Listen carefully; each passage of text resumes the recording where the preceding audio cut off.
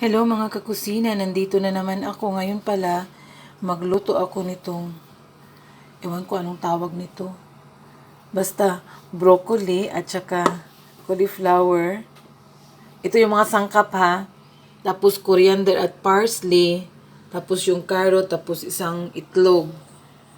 2 tablespoon na Quaker Oats. 2 tablespoon na flour. Asin at black paprika. Nasa sa inyo, wala, pwede rin lagyan ng black pepper at sibuyas. Nasa sa inyo na kung anong gulay ang ihalo ninyo. Tapos itong broccoli at cauliflower, ilaga muna natin siya bago natin i-smash. So ngayon mga kakusina, ilagay na natin ang ating cauliflower at broccoli. Pag medyo malambot na siya, tama na yan siya mga kakusina. Mga kakusina, ito na yun siya. Tapos na siya na nalaga, na boiled. So, na natin siya, durugin na natin siya. Smash na natin siya. Ganyan lang. So, mga kakusina, ito na yun siya, ang ating cauliflower at broccoli.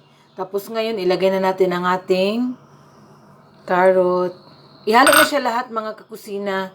Yung coriander at parsley. Tapos yung isang itlog. Ang ating Quaker Oats. Ang flour. At ang ating paprika at asin. Kayo na magtansya sa asin mga kakusina. So, i-mix lang yan siya.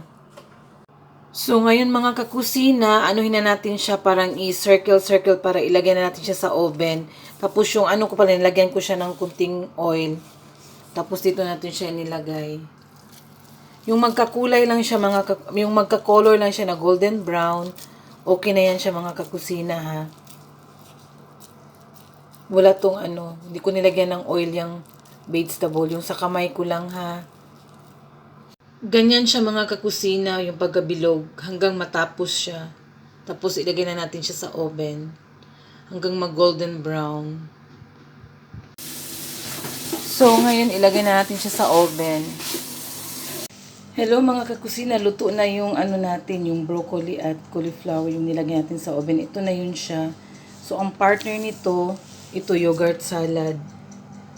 Isaw-saw yan siya mga kakusina. So, mga kakusina, salamat. Sa sunod ulit, ito na yung niluto natin na yung cauliflower at broccoli.